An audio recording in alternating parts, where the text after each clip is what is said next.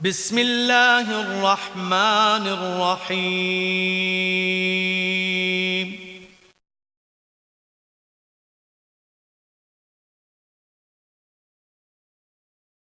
بسم اللہ الرحمن الرحیم۔ ناظرین اکرام، آپ کی اصلاح اور اسلامی معلومات کے اضافے کے لیے مکتب توحید الجالیات الزلفی القسیم پیش کرتے ہیں درس بعنوان اسلامی تجارت۔ اس درس کو آپ کی خدمت میں پیش کرنے کی سعادت حاصل کر رہے ہیں فضیلت الشیخ ابو عدنان محمد منیر قمر حفظہ اللہ۔ اعوذ باللہ من الشیطان الرجیم۔ يا أيها الذين آمنوا لا تأكلوا أموالكم بينكم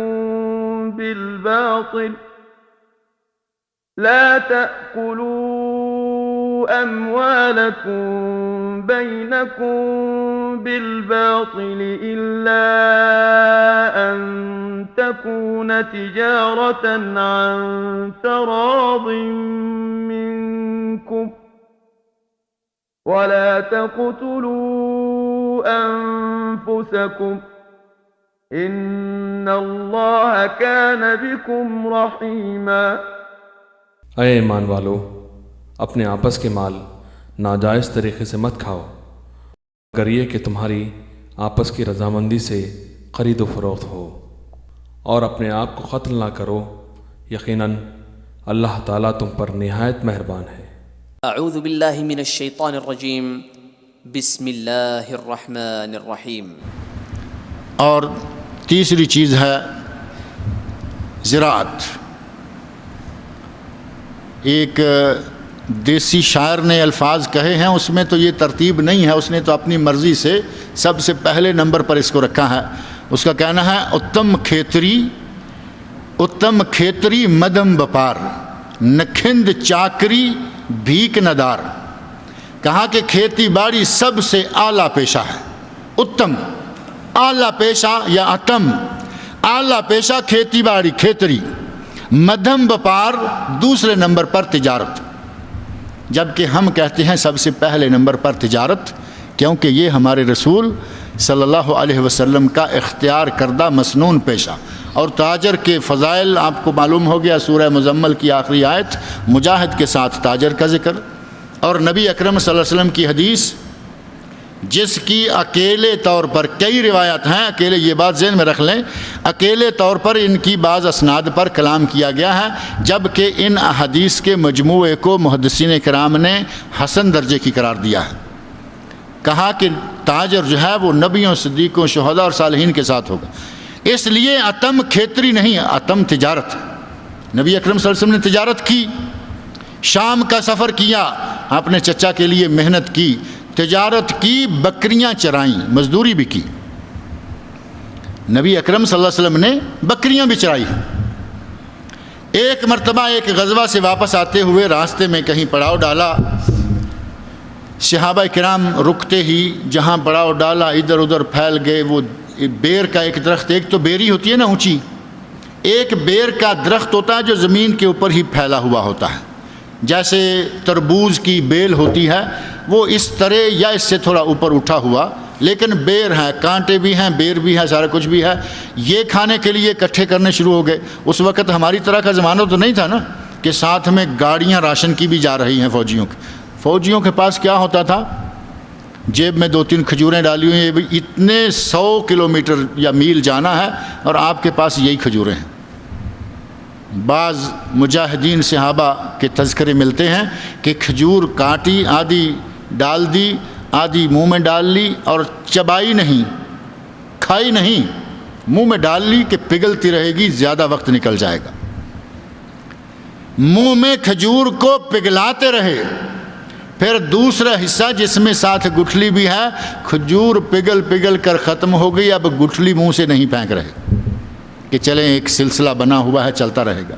وہ تو فوجیوں کا وہ زمانہ تھا، آج کی طرح گاڑیاں راشن کی ساتھ نہیں تھی، لہٰذا جہاں اترے ادھر ادھر دیکھا جنگل ہے، بیریاں، پیلو اور یہ اور وہ پیلو کا درخت، ایک چھوٹے چھوٹے دانے لگتے ہیں اس کے ساتھ۔ نبی اکرم صلی اللہ علیہ وسلم نے آواز لگائی، صحابیوں، ساتھیوں، علیکم بالاسود، اس پودا پیلو کا جو دانہ ہے، یہ کالے کالے دانے کھانا، یہ میٹھے ہوتے ہیں، کالے کالے دانے کھانا میٹھے ہیں۔ صحابی اپنا دانے وانے اکٹھے کر کے آئے، آ کے کہتے ہیں، یا رسول اللہ آپ کو کیسے پتہ ہے کہ یہ پیلو کا کالا دانہ میٹھا ہوتا ہے؟ یہ جنگل میں پودا ہوتا ہے، آپ نے کیسے جانا؟ تو نبی اکرم صلی اللہ علیہ وسلم فرماتے ہیں کہ میں بکریاں چرانے کے لیے یہاں جنگل میں آیا کرتا تھا اور میں یہ پیلو کھایا کرتا تھا، کالے رنگ کا پیلو بہت میٹھا ہوتا ہے، مجھے تب سے پتہ ہے۔ اب نوجوان صحابہ جو ہیں وہ کہتے ہیں، یا رسول اللہ آپ بکریاں بھی چراتے رہے ہیں، یعنی ان کے نزدیک بڑا عجیب سا یہ ایک پیشہ تھا۔ کہا آپ نے بکریاں بھی چرائی ہیں؟ صحیح بخاری میں نبی صلی اللہ علیہ وسلم فرماتے ہیں، حل من نبی الا رعى الغنم، کوئی نبی ایسا نہیں گزرا جس نے بکریاں نہ چرائی۔ نبیوں کو بکریاں اللہ رب العزت نے چروائیں، اور اس کی بہت ساری مصلحتیں ہیں۔ بکری بڑا تیز شریر قسم کا جانور ہے، ادھر سے روکو ادھر گیا، ادھر سے روکو ادھر گیا، چرواہے کے قابو میں نہیں آتا۔ جس آدمی کو بچپن میں بکریاں چرانا مل جائیں، اس کے دل میں ٹھہراؤ آ جاتا ہے، سٹ پٹاتا نہیں کہ ذرا کسی کی کچھ حرکتیں دیکھی اور کہا کہ یہ تمہارا کام ہے، میں یہ جا رہا ہوں۔ انبیاء کرام کو اللہ رب العزت نے بچپن میں بکریاں اس لیے چروائیں کہ یہ بڑے ہو کر اپنی امتوں کو سنبھالیں گے، تو امتوں کو سنبھال کر کہیں ایسا نہ ہو کہ امتوں کے بعض افعال دیکھ کر ڈس ہارٹ ہو جائیں، بے دل ہو جائیں اور چھوڑ کر بھاگ جائیں کہ مجھے تمہاری ضرورت ہی نہیں۔ فرمایا حل من نبی الا رعى الغنم، نبی صلی اللہ علیہ وسلم نے بکریاں چرائیں، اور فرمایا ہر نبی نے بکریاں چرائی۔ آپ نے بکریاں چروائیں اور علی قراریت، فرمایا کہ میں مکہ والوں سے کچھ دانے لے کر اس کے عوض میں بکریاں چرایا کرتا، علی قراریت لأہل مکہ۔ اور آپ نے بڑے ہو کر پھر تجارت بھی کی اور بڑے کامیاب تاجر نکلے۔ اسی تجارت کی برکت سے حضرت خدیجہ رضی اللہ عنہا کے پیغام نکاح کا سلسلہ ہوا اور آپ نے نکاح کیا۔ دنیا کی وہ عظیم عورت، مکے کی وہ عورت جس کو بڑے بڑے مالدار اور تاجر پیغام نکاح دے رہے ہیں اور وہ ٹھکرا رہی، خود نبی اکرم صلی اللہ علیہ وسلم کو اس عورت نے اپنی گرہ سے اپنے دل سے پیغام بھیجا اور نبی اکرم صلی اللہ علیہ وسلم نے پیغام قبول کیا۔ تجارت کی برکت سے اللہ نے یہ عظیم عورت نبی صلی اللہ علیہ وسلم کے نکاح میں دے دی۔ بہرحال اتم کھیتری نہیں، اتم تجارت ہے۔ اب مدم آگے جو بھی لگاتے رہیں۔ نکھند چاکری، کہتے ہیں کہ نوکری کرنا تو کوئی اچھا کام نہیں ہے۔ اب یہ پتہ نہیں وہ کوئی انڈسٹری کا مالک ہوگا یا وہ کون ہوگا یہ جو باتیں کر رہا ہے۔ نکھند چاکری، ہم میں تو ساری دنیا اکثر لوگ، بلکہ اگر یہ کہا جائے کہ تاجر تو گنے چنے ہوتے ہیں، باقی تو سارے چاکری کرتے ہیں نا۔ اگر کوئی مینیجر ہے تو بڑے کا چاکر ہے یا نہیں؟ اگر کوئی اسسٹنٹ ہے، اکاؤنٹنٹ ہے، اس کے نیچے ہے، نیچے ہے، نیچے ہے، جتنے بھی شعبے ہیں چاکریاں ہیں، نوکریاں ہیں، ساریاں ملازمت۔ البتہ بھیک کے بارے میں صحیح کہا، بھیک نہ دار، بھیک نہیں لینی، بھیک تو لینی ہی نہیں۔ البتہ نوکری کہا کہ یہ گھٹیا سا پیشہ ہے، بہترین پیشہ ہے کھیتی باڑی کرنا، اور دوسرا ہے تجارت۔ بہرحال زراعت ایک تیسرا ہے۔ زراعت میں ہمارے سامنے اسلامی طور پر کتنی چیزیں موجود ہیں، اللہ کی نعمتیں ہیں۔ کھائیے، اگائیے، بوئیے، کھیتی باڑی کیجئے، بیچیے، کھائیے، اللہ کی نعمتیں ہیں۔ گندم بیچیے، جو جوار بیچیے، چاول بیجیے اور بیچیے، کاٹیے، یہ ساری چیزیں اللہ کی نعمتیں ہیں، کوئی ممانعت نہیں ہے۔ انگور لگائیے، انگور کی بیلیں لگائیے، بیچیے، کوئی منع نہیں ہے۔ لیکن یہاں آ کے تھوڑی سی بات آ جاتی ہے۔ انگور اللہ کی نعمت ہے، جنتی پھلوں میں سے ایک پھل ہے۔ ایک آدمی نے ساری اپنی زمین میں انگور کی بیلیں ہی لگا رکھی، اور کبھی کبھی کوئی چیزیں ایسی آتی ہیں کہ وہ ایسا موسم بن جاتا ہے کہ پورے علاقے میں ایک ہی فصل، اس موسم میں کوئی دوسری فصل بھی ہو سکتی ہے لیکن کبھی کبھی ایک ہی فصل لگائی ہوئی ہوتی۔ کچھ عرصہ پہلے میں ایک مرتبہ پاکستان گیا تو میں نے دیکھا کہ باہر کھیتوں میں جدھر جہاں تک نظر جاتی ہے تا حد نظر سورج مکھی کا ہی پودا لگا ہوا ہے۔ سورج مکھی، پتہ چلا کہ آج کل سورج مکھی کا تیل جو ہے وہ بہت بننا شروع ہوا ہے ہمارے علاقے میں کسی مل والے نے، تو جدھر دیکھو ہر کسی نے سورج مکھی لگا رکھا ہے۔ ایک موقع پر میں نے دیکھا کہ شاید پورے علاقے میں کوئی کھیت نہیں ہوگا جس میں آلو نہ ہو، یعنی جیسے ڈیمانڈ ہوتی ہے زراعت پیشہ لوگ جو ہیں کسان لوگ وہ ویسی چیزیں بوتے ہیں۔ کبھی گنے کا اتنا شور شروع ہوا، کسی شوگر مل نے طلب کر لیا، سارے کھیت گنا ہی گنا ہے، اور کبھی جائیں تو گنا چوسنے کو نہیں ملتا۔ موسم ہے لیکن کوئی نہیں ہے، کسی نے کوئی 1 ایکڑ، کسی نے کوئی 4 کنال تھوڑا تھوڑا لگا رکھا۔ انگور بہرحال اللہ کی نعمتوں میں سے نعمت ہے، جنتی پھلوں میں سے پھل ہے، اور آپ دیکھتے ہیں کتنا لذیذ انگور ہوتا ہے۔ یہاں تو میرا خیال ہے سعودی عرب کے اندر طائف کا انگور بڑا مزیدار ہے اگر صحیح معنوں میں پکا ہوا ہو۔ انگور اللہ کی نعمت ہے، لگائیے، سارے کھیتوں میں لگا دیجئے، کوئی بات نہیں ہے۔ جب پک جائے کاٹیے، بازار میں اتاریے، بیچیے، اس سے جتنی کمائی آئے کھائیے، حلال ہے۔ لیکن آپ کے انگور کی کوئی شکل ایسی نہیں ہونی چاہیے کہ وہ کسی دوسرے آدمی کے لیے، کسی شراب بنانے والے کے لیے مخصوص ہو جائے۔ ایک آدمی یہ سوچتا ہے کہ ان دنوں انگور کاٹوں گا تو یہ تو کچا پکا ملا جلا، تاجر لوگ کچا پکا مال عموماً یہ کاٹتے ہیں، عام کچا پکا کاٹتے ہیں کہ یہ کہاں انڈیا، کہاں پاکستان، سعودی عرب کی مارکیٹ میں جانے تک ذرا پک جائے گا، یہاں سے پکا کے نکالیں گے پیٹیوں میں بھی گل جائے گا۔ وہ اپنے انگور کو اس لیے روکے ہوئے ہے، مارکیٹ میں اتارنے کے دنوں میں نہیں کاٹ رہا، انگور نہیں چن رہا کہ میں تھوڑا ٹھہر کے جب اوپر ہی اچھی طرح پک جائے گا، فلاں مل کا مالک آتا ہے، وہ انگور لیتا ہے اور پھر وہ اس سے شراب بناتا ہے، میں اس کو دوں گا، وہ تو 1.5 گنا اور 2 گنا پیسے بھی دیتا ہے۔ اب انگور تو وہی ہے نا، اس نے بویا ہوا ہے، اس نے اس کو پانی دیا ہوا ہے، محنت کی ہوئی ہے، اگر بازار میں اتار کر کمائی کھائے تو حلال، اور اگر اس مل والے کے لیے روک کر کچھ دیر کے بعد توڑے گا انگور تو اس کی کمائی حرام ہو جائے گی، کیونکہ یہ شراب بنانے والے کو دے رہا ہے۔ اور ایک حدیث میں آتا ہے من حابس العنب ایام القطاف، جس نے انگور چننے کے دنوں میں انگور نہ چنے، اس بیلوں پر روک دیے، فقد تقحم النار علی بصیرہ، اس نے جان بوجھ کر جہنم کی آگ میں چھلانگ لگائی۔ انگور اللہ کی نعمت ہے، زراعت کریں، جائز ہے، حلال ہے، کھائیں تب، بیچیں تب، لیکن اگر اس کو شراب نکالنے والے کے لیے لگائیں گے تو ناجائز ہو جائے۔ اسی طرح زراعت و باغبانی کرنے والوں کے علم میں ہے کہ ایک پودا ہوتا ہے اتنا سا جس کے اوپر پوست لگتا ہے، پوست، جس میں سے باریک سا دانہ خشخاش کا نکلتا ہے۔ خشخاش بڑی اچھی چیز ہے، یہاں سعودی عرب میں تو وہ منع ہے، وہ تو پودے کی برکت سے اس کا پھل بھی منع کر دیا گیا ہے، کیونکہ اس سے خطرہ ہے کہ کہیں یہ خشخاش لاتے لاتے یہاں پودا اگانا نہ شروع کر دیں۔ پہلے متحدہ عرب امارات میں یہ خشخاش ملتی تھی، اب وہاں بھی نہیں ملتی۔ اب وہ دانہ باریک سا دودھ بنتا ہے، اس کو گھوٹتے ہیں، پیستے ہیں، گرائنڈ کریں تو اس سے دودھ نکلتا ہے، دماغ کے لیے بڑا اچھا ہے۔ پڑھنے لکھنے لوگوں جو نظر کا کام کرنے والے ہیں وہ پڑھے لکھیں یا نظر کا کام کہیں بھی کریں، لیکن کسی اچھی جگہ کریں۔ نظر کے لیے مفید، دماغ کے لیے تر اور مفید۔ اگر کسی نے پوست کی فصل لگا دی، اور ہمارے علاقوں میں ایک علاقہ ہے، ہمارے ملک سے جڑتا ہوا تھوڑا سا علاقہ ہے، وہاں یہ بہت زیادہ کاشت کیا جاتا ہے۔ پوست کا پودا کاشت کرنے میں کوئی ممانعت نہیں ہے، جیسے انگور ہے۔ اگر صرف خشخاش اتاریں، پوست نکالیں، جھاڑیں، اس کو پھوڑیں، اس میں سے دانے نکالیں، بیچیں، کھائیں، پئیں، سب جائز ہیں، حلال۔ لیکن اگر اس پوست کے درخت کو کہیں کہیں سے ٹک لگاتے ہیں، کاٹتے ہیں، اور اس میں سے ایک گوند سا نکلتا ہے، اس کو جمع کرتے چلے جاتے ہیں۔ یہ گوند پتہ ہے کون سا ہے؟ جس کو افیون کہتے ہیں، افیون، ڈرگز میں، افیون منشیات میں سے، مخدرات میں سے، نشہ آور چیز۔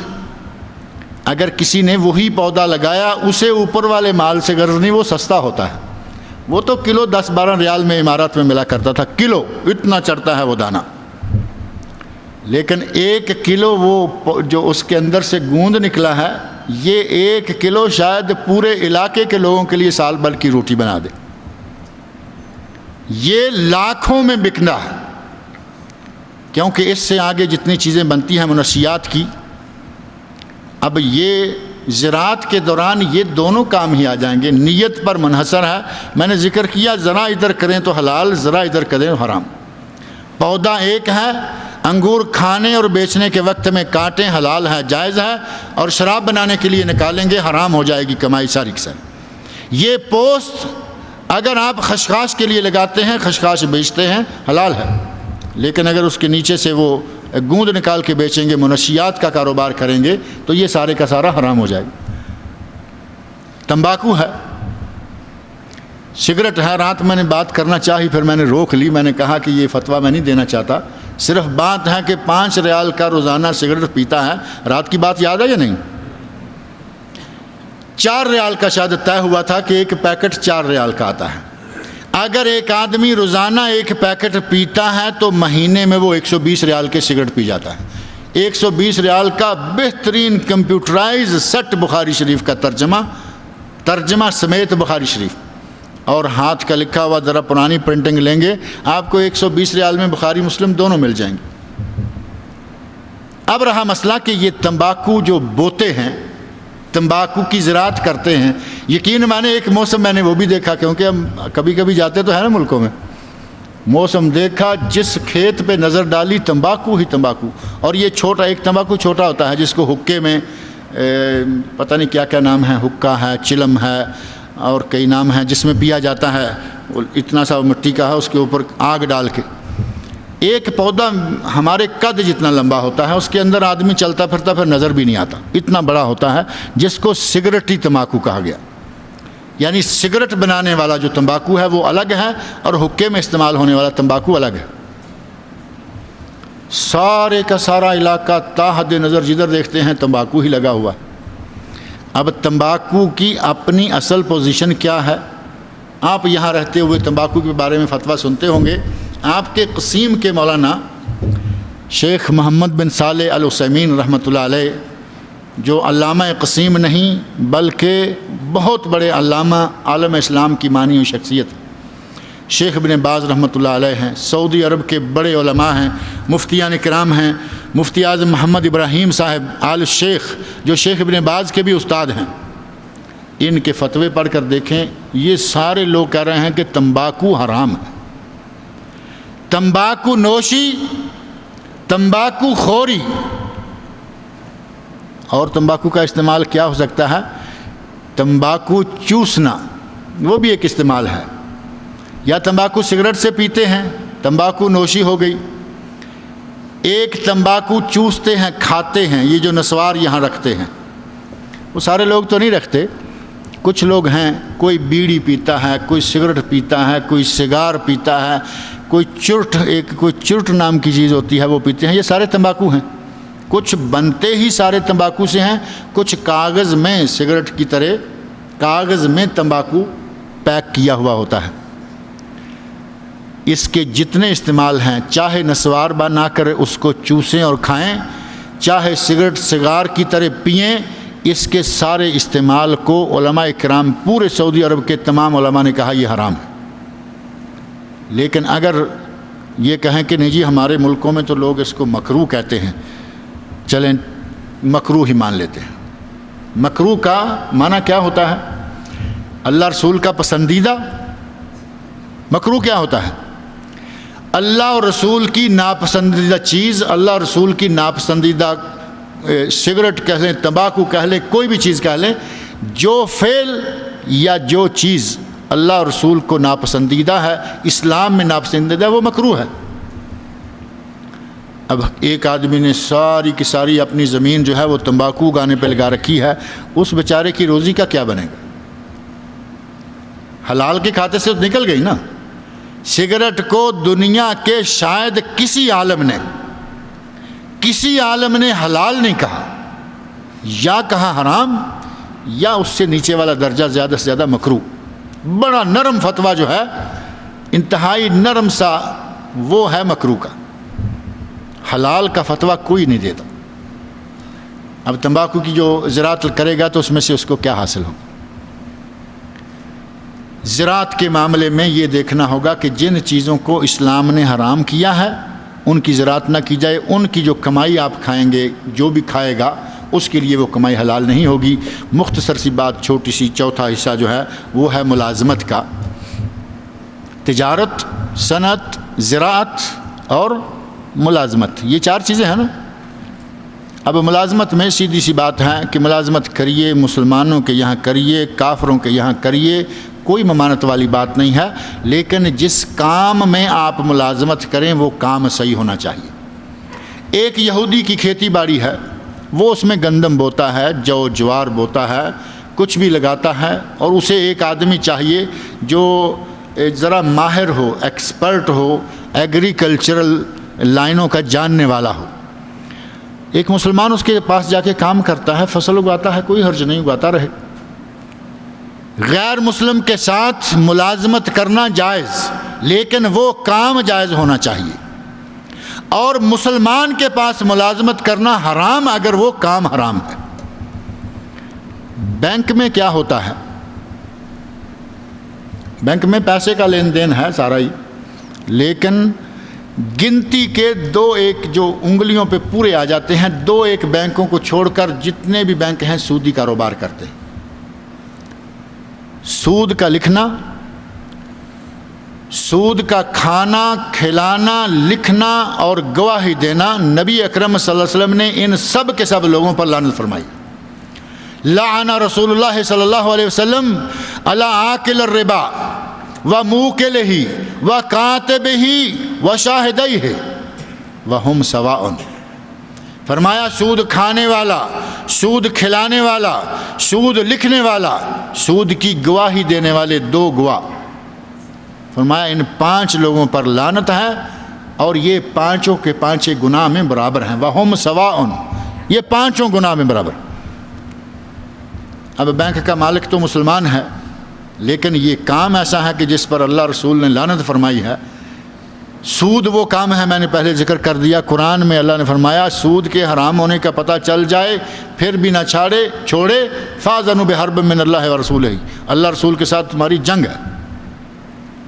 ہمارا بھائی کہتا ہے جی ہم تو ملازمت کرتے ہیں، ڈیوٹی کرتے ہیں، صبح سے لے کے شام تک ڈیوٹی دیتے ہیں، اس کا پیسہ لیتے ہیں، ہمیں ڈیوٹی کہیں اور جگہ نہیں مل سکتی۔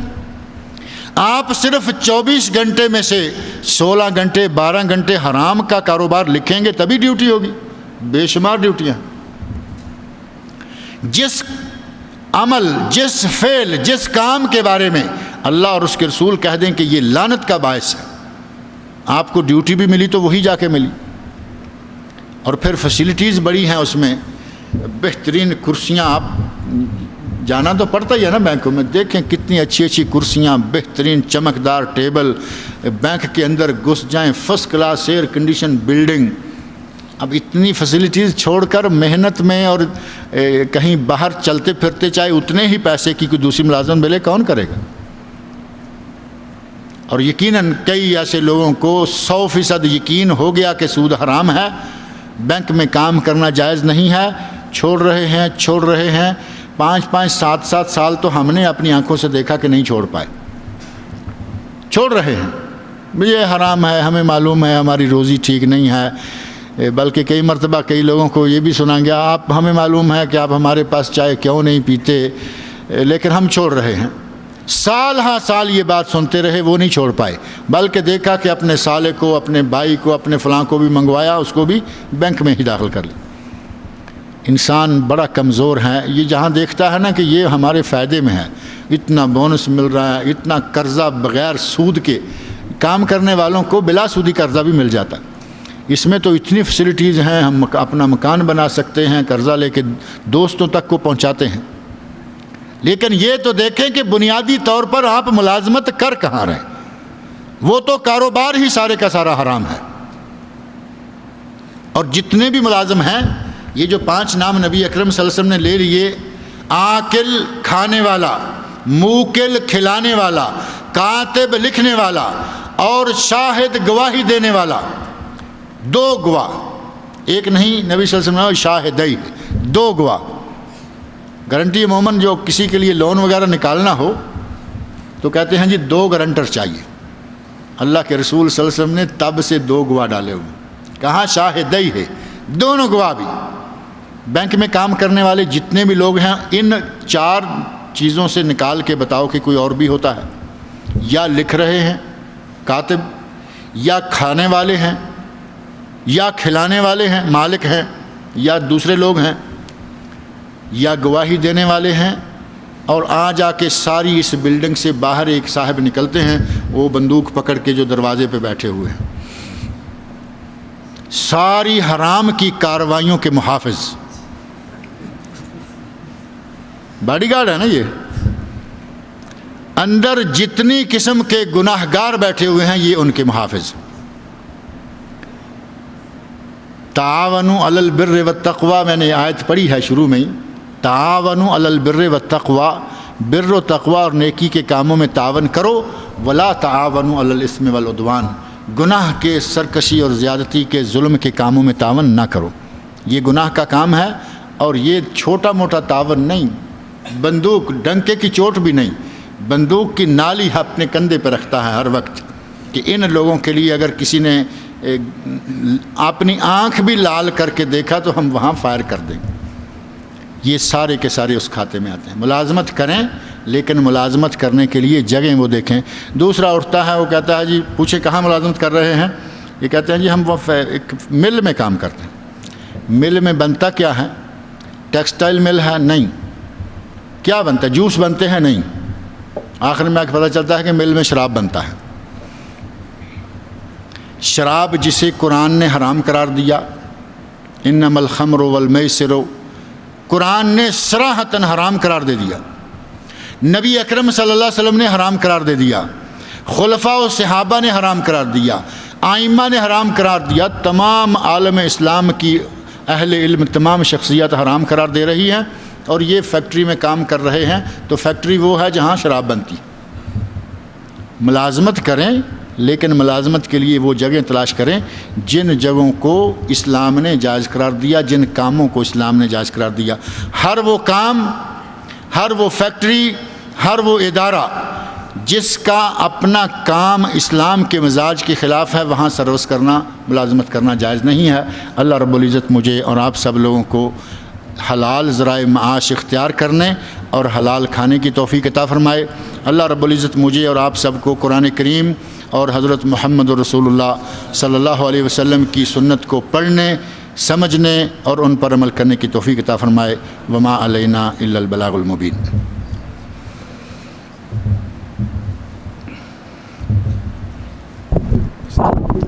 بیٹھیں گے.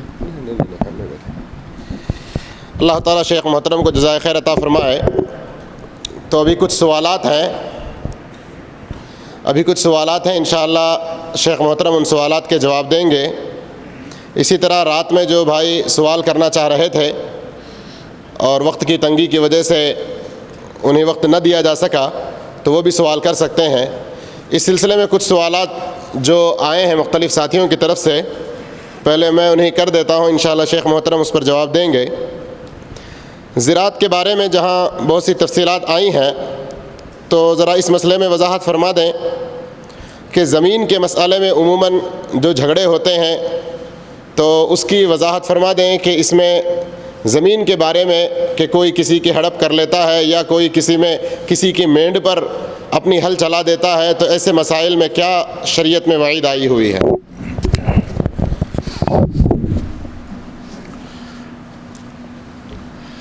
جہاں تک تعلق ہے زمین کا، میرا موضوع تو زراعت ہے نا، میرا موضوع زمین سے تو تعلق نہیں رکھتا. میں تو جو زمین میں بونا ہے، کھیتی باڑی کرنی ہے، اس کے بارے میں باتیں کہی ہیں.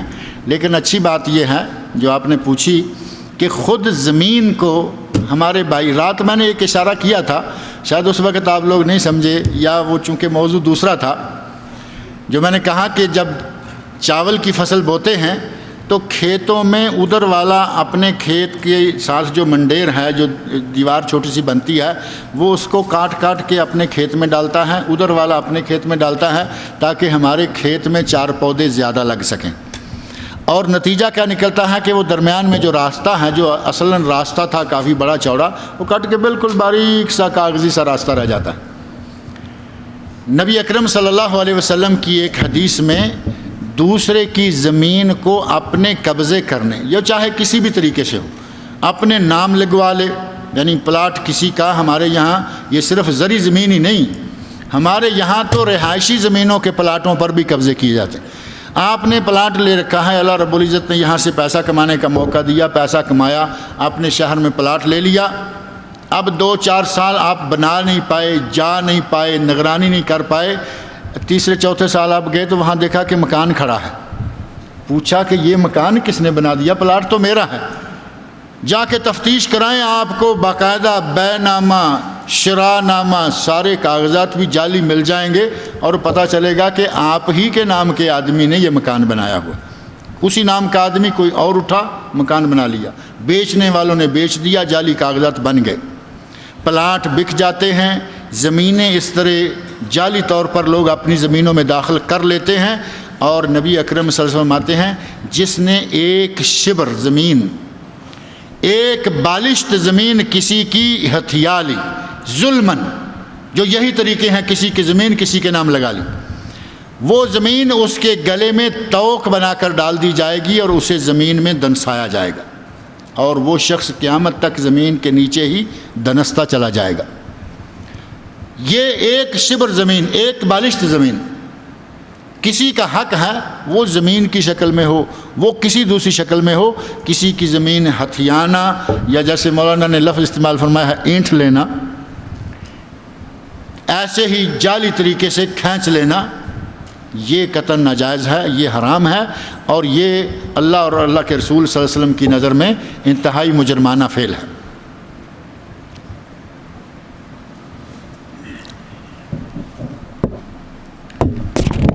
اسی طرح ہمارے ایک اور ساتھی کا سوال ہے کہ زراعت میں پانی کا جو مسئلہ ہے، تو اگر نالے کے ذریعے آنے والا پانی ہو تو ایسی صورت میں لینے کا حقدار پہلے کون ہوتا ہے اور کس قدر اس کو لینا چاہیے، اور پھر اس کے نیچے جس کی زمین ہے اسے کس موقع پر پانی پہنچانا چاہیے، اس کے کیا اصول ہیں؟ جہاں تک پانی کی آب پاشی کا تعلق ہے، زمینوں کو پانی دینے کا، اس سلسلہ میں اللہ رب العزت نے عشر کا جو سلسلہ بنایا ہے اس میں بھی فرق کر دیا، اور فرمایا کہ جس زمین کو آسمان پانی پلائے، یعنی بارشوں سے جو زمین سیراب ہوتی ہو، اس میں عشر ہے، 10واں حصہ ہے، اور وہ زمین جسے نالے سے، ٹیوب ویل سے، نہر سے، یا کسی بھی ایسے چاہ ہے، کنواں ہے، راہٹ، کنواں، چاہ، کئی نام ہیں اس کے، اس سے اگر کوئی سیراب کرتا ہے تو اس کے لیے جو زکوٰۃ ہے، صدقہ ہے اس کا، وہ ہے نصف العشر، یعنی 20واں حصہ، 10واں حصہ نہیں بلکہ 20واں حصہ۔ اب یہ 20ویں حصے والی سیرابی ہے جو آپ پوچھ رہے ہیں، کہ اگر کسی کو نالے سے پانی آتا ہے، اوپر والی زمین والا پہلے پلائے گا یا نیچے والا؟ یہ جو نہری پانی جہاں جہاں لگتے ہیں وہاں پانی اوپر نیچے کی زمین کا سلسلہ ہی سیدھا سا ہے، کہ سب سے پہلے اوپر والا ڈالتا ہے، اس سے بچتا ہے، آگے والا ڈالتا ہے، پانی چونکہ ڈھلان کو جا رہا ہے، اپنی اپنی باری پہ سارے لوگ وہاں باریاں طے ہوتی ہیں، نہری زمینوں میں باری طے ہوتی ہے، اپنی باری کو چاہے چھوڑ دے، کہے مجھے ضرورت نہیں ہے تم لگا لو، اور اگر اس کی زمین کو ضرورت ہے تو سب سے پہلے وہی حقدار ہے جس کی باری ہے۔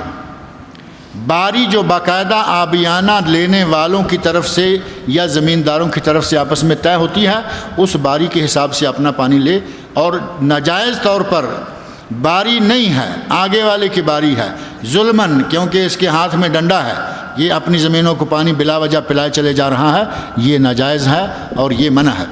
پانی زائد جو بچ جائے وہ دوسروں کی ملکیت ہے، وہ اس کو جانا چاہیے، لہذا اپنی باری اور اپنے وقت پر ہر کسی کو اپنا اپنا پانی جو ہے وہ استعمال کرنا چاہیے۔ ایک اور سوال ہے بھائی کا کہ یہاں ملازمت پر جو لوگ کام کر رہے ہیں، چاہے ڈرائیونگ ہو یا پھر کسی اور فیکٹری وغیرہ میں، وقت پر ان کی تنخواہیں نہیں ملتی ہیں، تو ایسی صورت میں وہ کسی بھی طرح کی خرد برد کر کے اپنے کفیلوں کی آمدنی جو اپنے ورکشاپوں میں یا ڈرائیونگ میں یا کسی بھی صورت میں آتی ہے، تو ان کا تنخواہ وقت پر نہ ملنے کی صورت میں کس حد تک لینا جائز ہے؟ جہاں تک لفظ خرد برد ہے، اس کا ترجمہ تو آپ سب سمجھتے ہی ہیں۔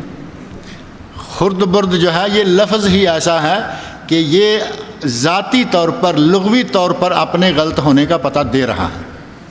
لہٰذا اگر کفیل یا مالک یا جس کے یہاں آپ کام کر رہے ہیں وہ وقت پر تنخواہ نہیں دیتا، آپ اس سے تنخواہ طلب کریں، مطالبہ کریں، پھر بھی وہ نہیں مانتا، آپ اس سے کام چھوڑ دیں۔ تنازل کا، ریلیز کا سلسلہ یہاں موجود ہے۔ ریلیز بھی نہیں دیتا، یہ بھی نہیں کرتا، اس سے ہی چھوڑ دیں، ملک میں چلے جائیں۔ لیکن یہ چیٹنگ جس کا نام خرد برد رکھا گیا ہے، یہ کسی بھی شکل میں جائز نہیں ہوگی۔ یا اسے بتائیں، اسے کہیں کہ دیکھو ہمیں اگر بر وقت تنخواہ نہیں ملے گی، ہم اس کام میں سے اپنا پیسہ کاٹ لیں گے، بتا دیں اور کاٹیں، اس کے بعد جو ہوگا آپ دیکھتے رہیں گے۔ وہ یا تو آپ کو تنخواہ دے گا، یا ریلیز دے گا، یا ایگزٹ دے گا، کوئی نہ کوئی ایک کام تو کرے گا۔ لیکن اپنی روزی کو حلال رکھیں، جہاں اللہ نے لکھی ہوئی ہے وہاں سے روزی ملے گی، لیکن اس کو ان خرد برد کے کاموں سے حرام نہ کر لیں۔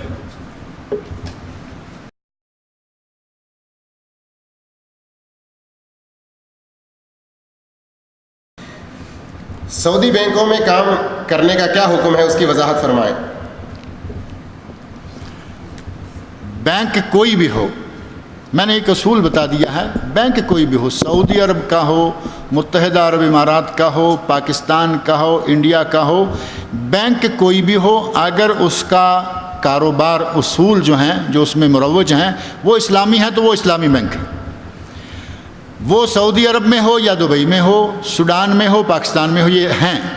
سعودی عرب کے اندر البینک الاسلامی نمبر 1، شرکت الاستثمار الاسلامی نمبر 2، دبئی کے اندر دبئی بینک اسلامی، بینک دبئی الاسلامی، کراچی میں بینک دبئی الاسلامی، خرطوم سوڈان میں بینک دبئی الاسلامی۔ ایک چین ہے، ایک سلسلہ ہے بینکوں کا جو اسلامی طریقے سے، جو اسلامی اصول مزاربت ہے اس طریقہ سے کام کر رہے ہیں۔ یہ اسلامی بینک ہے۔ یہ کمپنی بھی دراصل اسی بینک والوں کی ہے، شرکت الاستثمار الاسلامی، یہ بھی سعودی ہے اور سعودی اسلامی بینک والوں کی ہے۔ کویت میں ایک بینک ہے غالباً بیت المال الاسلامی کے نام سے، اور بحرین میں شاید ایک بینک ہے بینک البرکہ کے نام سے، بحرین میں ہے یا کہیں اور ہے۔ بہرحال یہ 2-4 نام، میں نے کہا تھا کہ انگلیوں، ہاتھ کی انگلیوں پر وہ بینکوں کے نام گنے جا سکتے ہیں جن کا اصول مزاربت ہے، جن کا اصول تجارت مزاربت پر ہے، اسلامی اصول تجارت پر۔ ان میں کام کریں، ان میں پیسہ رکھیں، ان میں سے جب آپ مزاربت کے ذریعے، تجارت کے ذریعے کمائیں، جائز۔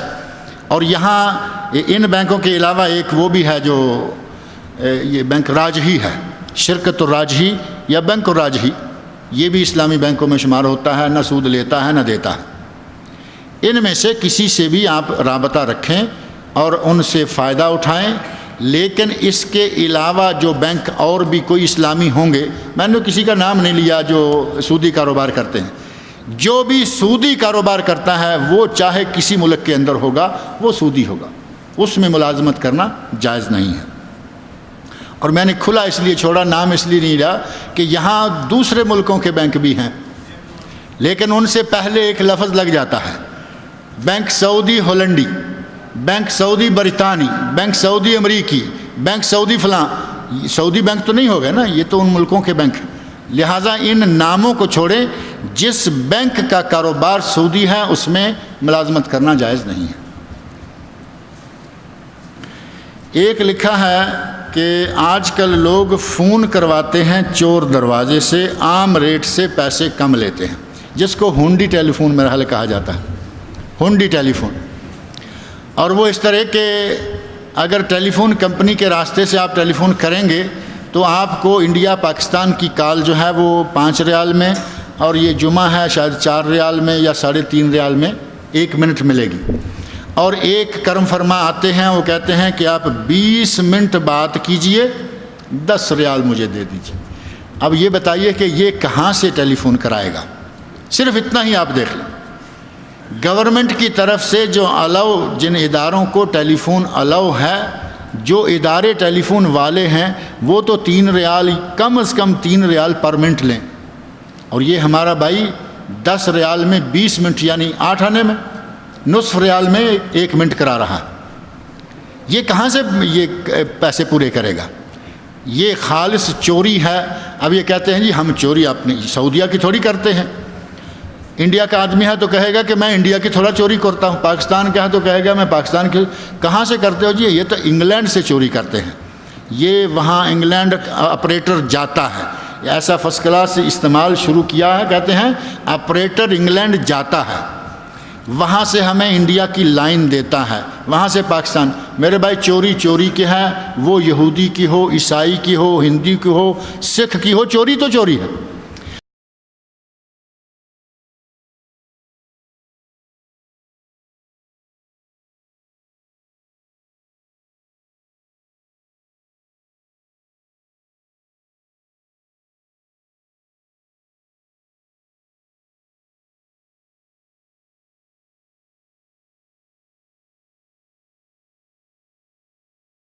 رہا ہو تو لوگ مسواک کرتے بیٹھ جائیں۔ یہ ساری چیزیں کس میں داخل ہیں؟ لغو و کام کے اندر داخل ہیں۔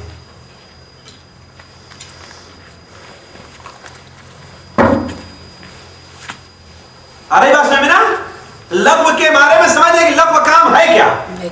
یعنی ہر وہ چیز جو انسان کو خطبہ سننے سے مشغول کر دے وہ لغو کام میں داخل ہے۔ کسی آدمی کو اچھی بات بتانا بھی لغو ہے کہ نہیں؟ اس وقت مسواک جیسا کوئی نیک کام کرنا بھی لغو ہے۔ حالانکہ مسواک کرنا اچھی چیز ہے نا، لیکن خطبے کی حالت میں کوئی انسان کرتا رہے مسواک، یہ غلط ہے۔ خطبے کی حالت میں انسان بیٹھا ہے، ہم جیسے کچھ لوگوں کی عادت ہوا کرتی ہے کہ اپنے چمڑے کو، پاؤں کے چمڑے کو کھودتے رہا کرتے ہیں اور اس کو توڑ توڑ کر کے مسجد کے فرشے پر ڈالتے رہا کرتے ہیں۔ کچھ لوگ اپنے ناخون سے کھیلتے رہتے ہیں، ہے کہ نہیں ہے؟ یہ ساری کی ساری چیزیں لغو کے اندر داخل ہیں۔ تو آپ نے فرمایا وَلَمْ يَلْغُ عِنْدَ الْمَوْعِظَةِ۔ کوئی کہا کیا؟ ہاں کہیے۔ وہ تو دوسری بات ہے، بتاتے ہیں اس کو، ٹھیک ہے، اچھا کیا آپ نے۔ وَلَمْ يَلْغُ عِنْدَ الْمَوْعِظَةِ، اور نصیحت کے وقت اس نے کوئی لغو کام نہیں کیا، تو کان کفارۃ لما بینہما، تو دو جمعہ کے بیچ میں جو گناہ اس سے ہوا ہے یہ جمعہ کے اندر حاضری اس کے تمام گناہوں کا کفارہ ہے۔ ومن لغا وتخطى رقاب الناس کانت لہ ظہرا، اور جس نے کوئی لغو کام کیا اور لوگوں کی گردنوں کو پھلانگا تو یہ جمعہ اس کے لیے صرف ظہر کا کام دے گا اور اس کے گناہوں کا کفارہ نہیں بنے گا۔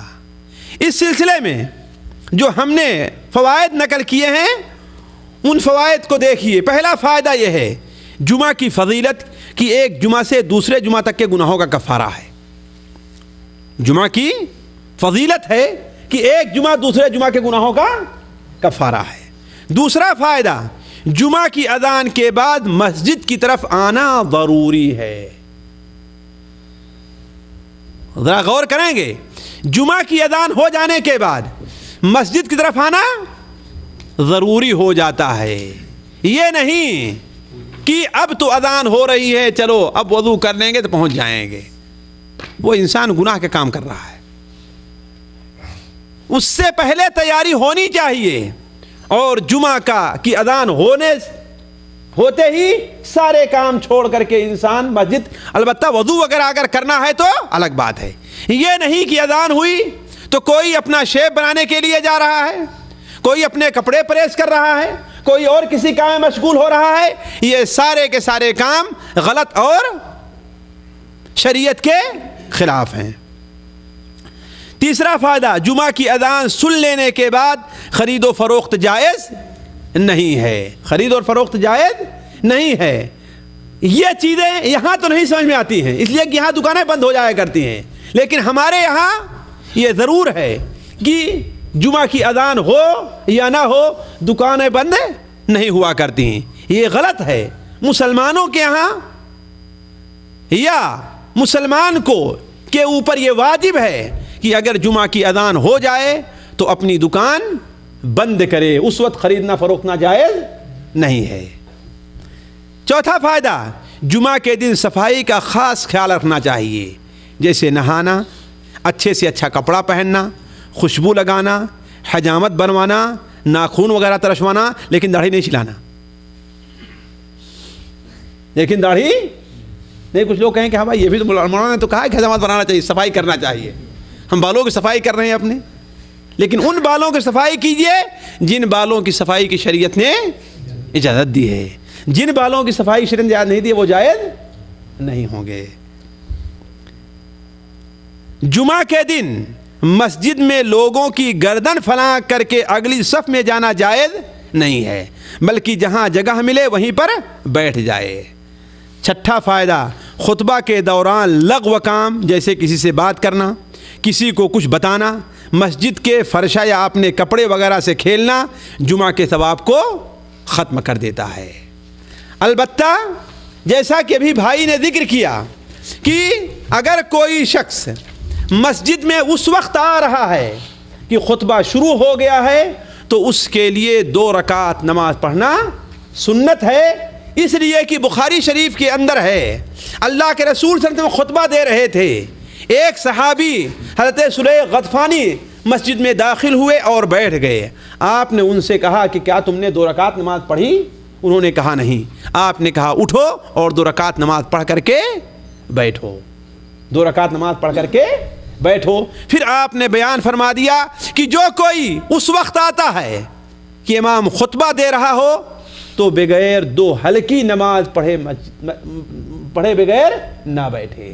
تو یہ سنت ہے کہ خطبہ ہو رہا ہو، یہ نہیں کہ کوئی انسان مسجد میں بیٹھا ہوا ہے جب خطبے کا وقت ہوا تو اٹھ کر کے نماز پڑھنا شروع کر دیا، ایسا کرنا ناجائز ہے، ایسا کرنا ناجائز ہے۔ کوئی اٹھ کر کے پڑھے، جی ہاں ہاں نہیں تو یہ غلط ہے، یہ ناجائز ہے۔ البتہ کوئی آتا ہے تو پڑھ سکتا ہے۔ 8ویں آیت اور 8ویں حدیث جو اس سلسلے میں نقل ہے، وہ آج جو ہم نے حدیث نقل کی ہے وہ سورہ النمل کی 65 نمبر آیت ہے، سورہ النمل جو کس پارے کے اندر ہے؟ قاری عبد الجبار صاحب کس پارے میں سورہ النمل ہے بتائیے؟ ہاں چونٹی کے بارے میں ہے، جی ہاں، کس پارے میں ہے؟ پارا کون سا ہے جی؟ 19واں پارا، 19ویں پارے سے شروع ہو کر کے 26ویں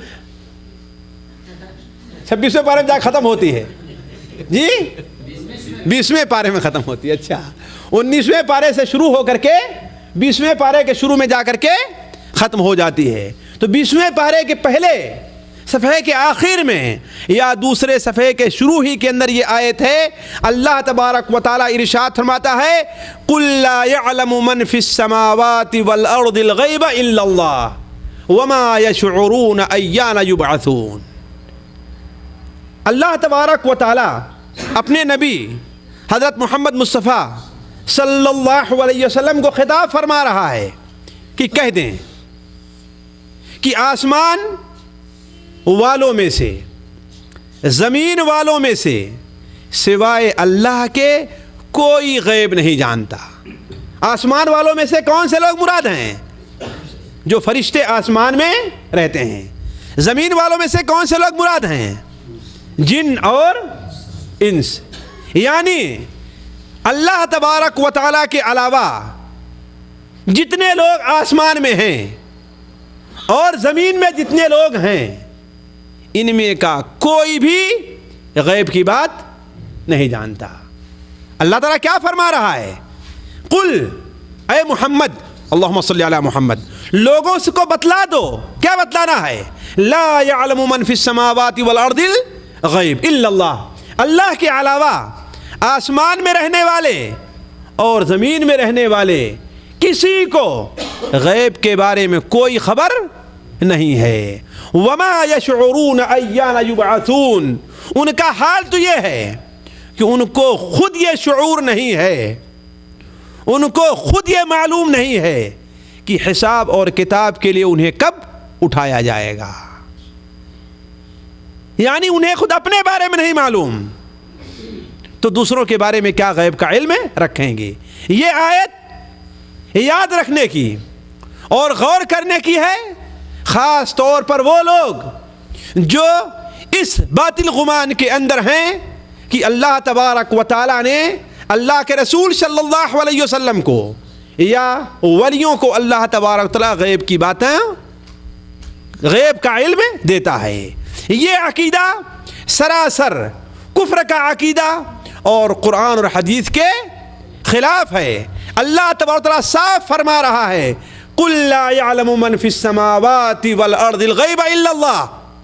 آپ کہہ دیں کہ آسمان والوں میں سے اور زمین والوں میں سے نہ ہی کوئی فرشتہ، نہ ہی کوئی ولی، نہ ہی کوئی نبی، نہ ہی کوئی جن غیب کی بات نہیں جانتا ہے۔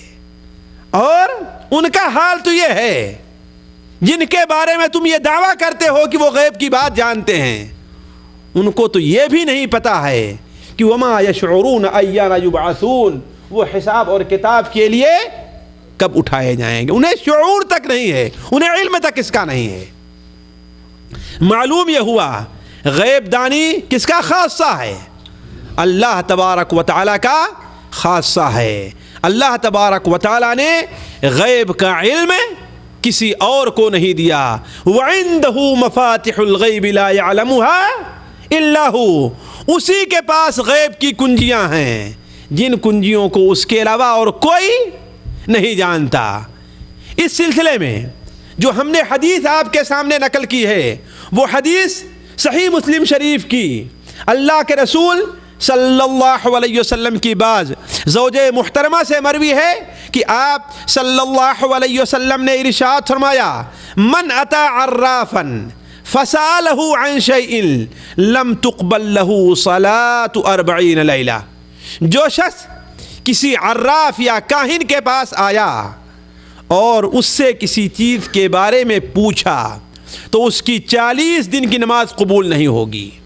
اور دوسری حدیث جو مسند احمد اور سنن ابو داؤد وغیرہ میں ہے، اس کے اندر ہے کہ آپ صلی اللہ علیہ وسلم نے ارشاد فرمایا، جو کسی کاہن کے پاس آیا اور جو کچھ کاہن نے کہا اس کی تصدیق کر لی، اس کی بات کو مان لیا، تو اس نے نبی کریم صلی اللہ علیہ وسلم پر نازل شدہ قرآن، آپ پر نازل شدہ شریعت کا انکار کیا اور کفر کیا۔ اب سوال یہ ہے کہ عراف اور کاہن ہیں کون لوگ؟ ان کو جان لینا چاہیے، ورنہ ان کے جانے بغیر حدیث کا مفہوم سمجھنا مشکل ہے۔ عراف اور کاہن ہر وہ شخص کو کہا جاتا ہے جو ستاروں کے ذریعے، جو جنوں کے ذریعے، جو شیطانوں کے ذریعے، جو جادو منتر کے ذریعے غیب کی بات بتانے کا دعویٰ کرے، مستقبل کی بات بتانے کا جو دعویٰ کرے، وہ ہر انسان کیا ہے؟ کاہن ہے۔ جو کسی چھپی ہوئی چیز، جو کسی پوشیدہ چیز کو بغیر فطری وسائل جو اللہ تعالیٰ نے پیدا کیا ہے ان کے استعمال کیے بغیر بتانے کا دعویٰ کرے، وہ انسان کاہن اور عراف کہلاتا ہے۔ کاہن اور عراف کہلاتا ہے نا؟ تو آپ صلی اللہ علیہ وسلم نے بیان فرمایا، جو شخص ان کے پاس جاتا ہے اور ان سے کسی چیز کے بارے میں پوچھتا ہے تو اتنا بڑا گناہ ہے کہ اللہ تعالیٰ اس کی 40 دن کی نماز قبول نہیں کرتا۔ اور جو اس لیے جاتا ہے کہ ان سے پوچھتا ہے اور جو کچھ وہ کہتے ہیں وہ مان بھی لیتا ہے۔ اور یہ بلا ہمارے اور آپ کے ہاں بڑی عام ہے۔ کسی آدمی کی کوئی چیز غائب ہو گئی، کسی مزار پر، کسی دربار پر بیٹھے ہوئے کسی پیر کے پاس گئے اور کہے کہ ہاں ہماری فلاں چیز غائب ہے، اس کے بارے میں بتا دیجیے، ہمارا فلاں آدمی غائب ہو گیا ہے، آج 1 ہفتہ ہو گیا، 10 دن ہو گیا لیکن وہ ملا نہیں، اس کے بارے میں ذرا بتائیں کہ وہ کہاں ہے۔ یہ سارے کے سارے لوگ جو یہ بتانے کا دعویٰ کرتے ہیں یا جن کے بارے ہمارا یہ عقیدہ ہے کہ وہ لوگ جان رہے ہیں، یہ سارے کے سارے لوگ عراف اور کاہن کے اندر داخل ہیں۔ ان کے پاس اگر کوئی انسان اس لیے جاتا ہے کہ صرف تجربہ کرے کہ چلو اگر ان کی بات صحیح ہو گئی تو مان لیں گے، اور صحیح نہیں ہوئی تو ہمارا کیا نقصان ہے۔ آپ نے فرمایا صلی اللہ علیہ وسلم کہ ایسے شخص کی 40 دن کی نماز قبول نہیں ہوتی، اور اگر جو اس لیے جاتا ہے کہ ہاں ان کے پاس تو بڑا علم ہے، فلاں آدمی گیا تھا، اس کا بھائی غائب ہو گیا تھا، انہوں نے بتا دیا کہ ہاں فلاں جگہ مرا ہوا پڑا ہے، اور بات اس کی صحیح نکلی تھی، اگر اس عقیدے سے جاتا ہے اور جو کچھ بتاتے ہیں اس کو مار بھی لیتا ہے، یقین کر لیتا ہے، تو وہ انسان اسلام سے خارج ہو رہا ہے۔ کیوں؟ اس لیے غیر کے بارے میں اس نے یہ عقیدہ رکھا کہ وہ انسان غیب کی بات جانتا ہے۔ اس لیے اس سے ہوشیار رہنا چاہیے۔ ایسے تمام لوگ اسلام کے دشمن، شریعت کے دشمن اور قرآن و حدیث کے دشمن ہیں، خواہ ان کی داڑھی جتنی لمبی ہو، ان کے تقوی کا جتنا ڈھڈورا پیٹا جائے، اور ان کی کرامت کے چاہے جتنے گن گائے جائیں، ایسے لوگ اللہ کے رسول صلی اللہ علیہ وسلم کی زبان پر ملعون، اور ایسے لوگ آپ صلی اللہ علیہ وسلم کی زبان پر بتائے ہوئے طریقے کے مطابق کفر کا ارتکاب کر رہے ہیں۔ اس آیت اور اس حدیث سے ہم نے جو فائدہ حاصل کیا وہ یہ کہ غیب کا علم صرف اور صرف اللہ کے پاس ہے اور کوئی نہیں جانتا، اور یہ ایک مومن کا عقیدہ ہے قرآن و حدیث کی روشنی میں۔ دوسرا فائدہ ہے کہ جو لوگ غیب دانی کا دعویٰ کرتے ہیں ان کے پاس جانا جائز نہیں ہے۔ اگر ان کے پاس کوئی اس لیے جاتا ہے کہ چلو اس بارے میں پوچھ لیتے ہیں، کام بن گیا تو ٹھیک، ورنہ ہمارا کیا نقصان ہے۔ آپ لوگ کہتے ہوں گے کہ ایسا کہاں ہوتا ہے، نہیں، ہمارے ہندوستان، پاکستان، بنگلہ دیش میں ایسا ہوتا ہے۔ ابھی قریب ہی مجھ سے ایک صاحب نے بتایا کہ آپ کے در سننے کے بعد ہمارا اب ان چیزوں پر عقیدہ نہیں ہے، لیکن فلاں جگہ ہم تھے تو ہمارا ایک آدمی غائب ہو گیا تھا، 1 ہفتہ ہو گیا نہیں ملا، تو لوگ کہنے لگے کہ ہاں فلاں مزار پر جاؤ جو بابا بیٹھے رہتے ہیں، ان کے پاس فلاں آدمی گیا تھا، اس کا بچہ غائب ہو گیا تو انہوں نے بتا دیا تھا۔ تو میں شروع میں نہیں جا رہا تھا، بعد میں ہم نے سوچا کہ چلو کون میرا ان کے اوپر عقیدہ ہے، اگر بتاتے ان کی بات سچ ہو گئی تو ٹھیک ہے، ورنہ ہمارا ان کے اوپر کون سا عقیدہ ہے۔ ہم نے کہا یہ تمہارا جانا غلط ہے۔ کیوں؟ اس لیے کہ تم گئے، اگر انہوں نے کچھ ایسا بتلا دیا، بات سچ ہو گئی تو تمہارا عقیدہ ان کے بارے میں ہو جائے گا اور تمہارا ایمان گڑبڑ ہو جائے گا۔ تو ان کے پاس اگر کوئی آدمی اس لیے جاتا ہے کہ چلو اس بارے میں پوچھ لیتے ہیں، کام بن گیا تو ٹھیک، ورنہ ہمارا کیا نقصان ہے، تو ایسا کرنے والے کی نماز 40 دن تک قبول نہیں کی جاتی۔ چوتھا فائدہ یہ ہے کہ اگر اس کے پاس اس عقیدے سے جاتا ہے کہ وہ غیب کی بات جانتے ہیں اور جو بتائیں اسے مان بھی لے، تو ایسا شخص کفر کا ارتکاب کر رہا ہے۔ البتہ اگر کوئی شخص ایسے شخص کے پاس جاتا ہے جو غیب کی بات بتانے کا دعویٰ کرتا ہے اور اس سے کچھ پوچھتا ہے، اور پوچھنے کا مقصد اس شخص کو آزمانا ہے کہ آیا یہ جو لوگ اس کے بارے میں کہتے ہیں سچ ہے کہ غلط ہے، تاکہ اس سے لوگوں کو متنبہ کرے اور اس سے لوگوں کو دور رکھے، تو ایسا کرنا جائز ہوگا، بلکہ بسا اوقات ایسا کرنا واجب ہوگا، تاکہ لوگوں کو اس کے دھوکے سے بچایا جا سکے۔ 9واں درس سورہ فصلت، جسے ہمارے اور آپ کے ہاں عمومی طور پر حامیم السجدہ کہا جاتا ہے۔ سورہ فصلت جسے ہم لوگ کیا کہتے ہیں؟ حامیم السجدہ۔ کس پارے کے اندر ہے قاری صاحب؟ یہ 25ویں پارے میں ہے، 24ویں پارے میں ہے، اور 25ویں میں جا کر کے ختم ہوئی ہے۔ ایک صفحہ اس کا 25ویں پارے کے اندر بھی ہے۔ اس کی 32 نمبر آیت ہے۔ کون سی آیت ہے؟ 32 نمبر ہے۔ اللہ تبارک و تعالیٰ ارشاد فرماتا ہے وَمِنْ آيَاتِهِ اللَّيْلُ وَالنَّهَارُ وَالشَّمْسُ وَالْقَمَرُ لَا تَسْجُدُوا لِلشَّمْسِ وَلَا لِلْقَمَرِ وَاسْجُدُوا لِلَّهِ الَّذِي خَلَقَهُنَّ إِن كُنتُمْ إِيَّاهُ تَعْبُدُونَ۔ اللہ کی نشانی سورج بھی ہے اور چاند بھی ہے۔ کس بات کی نشانی ہے؟ کس بات پر نشانی ہے؟ یہ سوال ہے۔ اللہ کی نشانی سورج اور چاند ہے، کس بات کی نشانی ہے؟ اور اللہ کی قدرت کی نشانی ہے، اللہ کی عظمت کی نشانی ہے، اللہ کے وجود کی نشانی ہے۔ اللہ کی قدرت کی نشانی، اللہ کے وجود کی نشانی، اللہ کے خالق ہونے کی نشانی، اللہ کی عظمت کی نشانی بھی ہے۔ اس لیے کہ سورج کہا جاتا ہے چاند دنیا اس زمین سے کتنا بڑا ہے، بہت اور بہت بڑا اس زمین سے ہے۔ تو جو ذات اتنا بڑا سورج پیدا کر سکتی وہ کتنی بڑی عظیم ذات ہوگی، وہ ہے نا۔ اور جس اللہ کی قدرت کا یہ اندازہ لگائیے کہ اس نے آج ہزارہ سال سے ایک سورج اور چاند کو پیدا کیا ہے، اور جس منٹ اور جس سیکنڈ پر آج سے 1400 سال، 1000 سال، 14000 سال، لاکھ سال پہلے سورج نکلتا اور ڈوبتا تھا، اسی نظام اور اسی حساب اور اسی وقت سے نکل رہا ہے اور ڈوب رہا ہے۔ تو اللہ کی قدرت کا اندازہ کیسے کہتا؟ اللہ کی قدرت کی نشانی بھی ہے، اور یہ چیز کی بھی نشانی ہے کہ جو ذات اتنی بڑی چیز پیدا کر سکتی ہے، جو ذات اتنی بڑی چیز پیدا کر سکتی ہے، وہ ذات دوبارہ لوگوں کو زندہ رکھنے پر بھی قادر ہے۔ تو کئی اعتبار سے اللہ تبارک و تعالیٰ کی یہ نشانی، اللہ کے وجود کی نشانی، اللہ کی قدرت کی نشانی، اللہ کی عظمت کی نشانی، اللہ کے خالق ہونے کی نشانی۔ تو وَمِنْ آیَاتِهِ اللَّيْلُ وَالنَّهَارُ وَالشَّمْسُ وَالْقَمَرُ، اسی کی نشانی رات ہے اور دن ہے، سورج ہیں اور چاند ہیں۔ تو تم لوگ نہ سورج کو سجدہ کرو نہ چاند کو سجدہ کرو، اور اسی اللہ کو سجدہ کرو جس نے اسے پیدا کیا ہے۔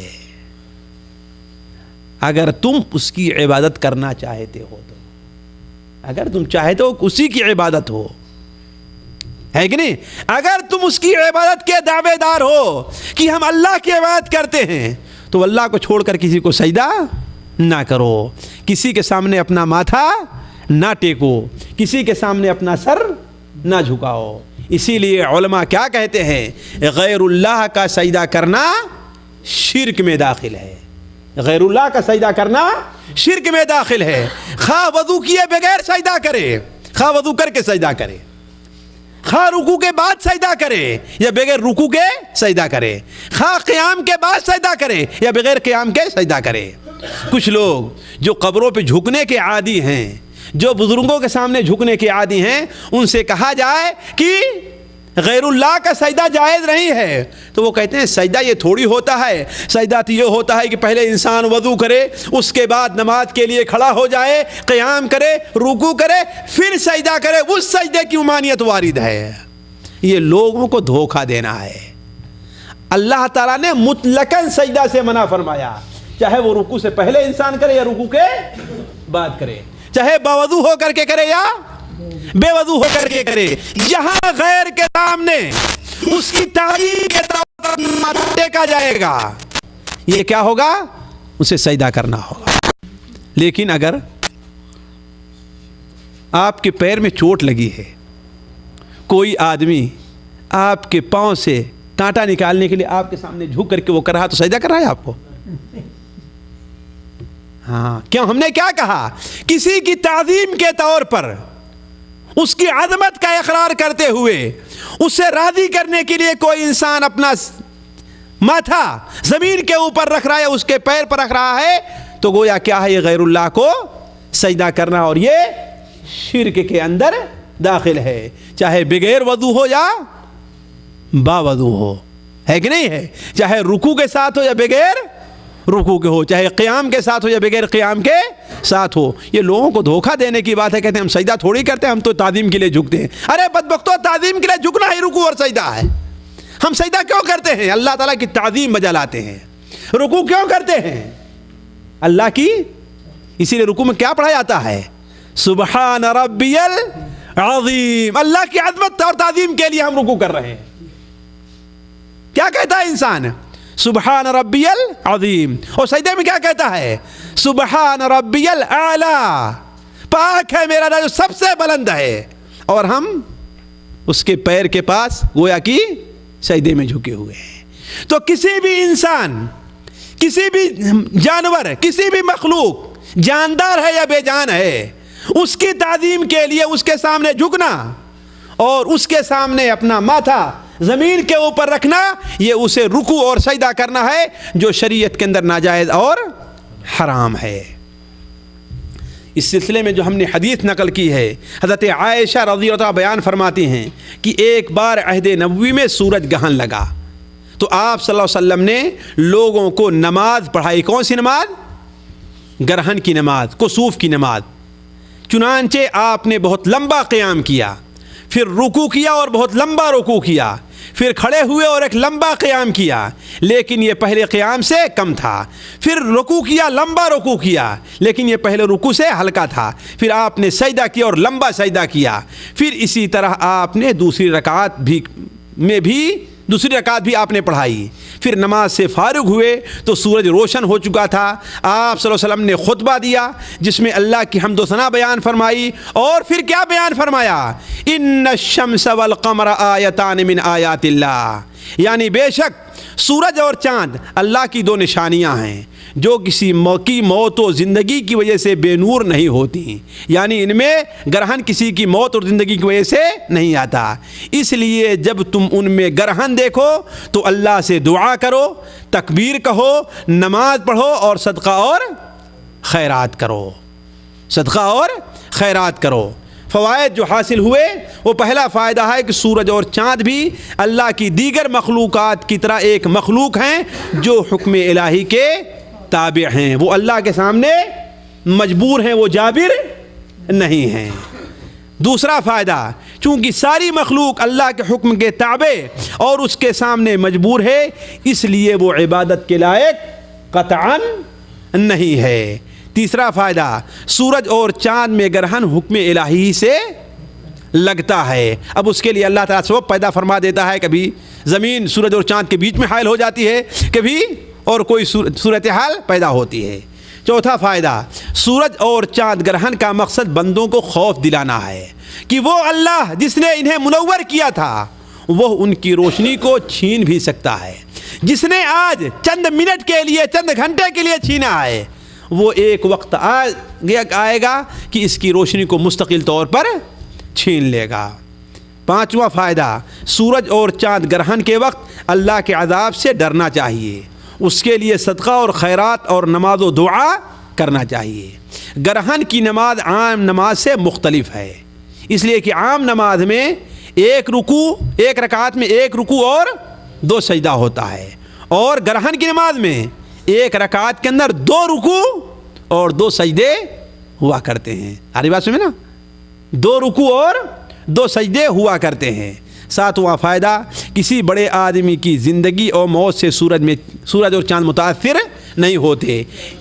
جی 2 رکعت پڑھیں گے، 2 رکعت پڑھیں گے، ہے کہ جی نہیں؟ ہاں، پہلا رکوع کے بعد پھر کھڑے ہوں گے اور پھر قرات کریں گے، قرات کے بعد پھر رکوع کریں گے اور کھڑے ہو کر کے پھر سجدہ کریں گے۔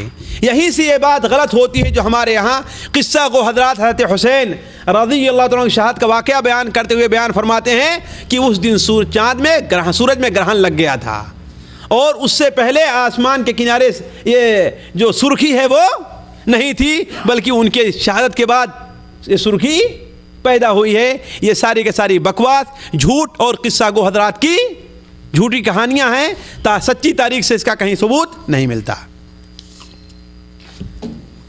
سبحانک اللہم و بحمدک، اشہد ان لا الہ الا انت، استغفرک و اتوب الیک۔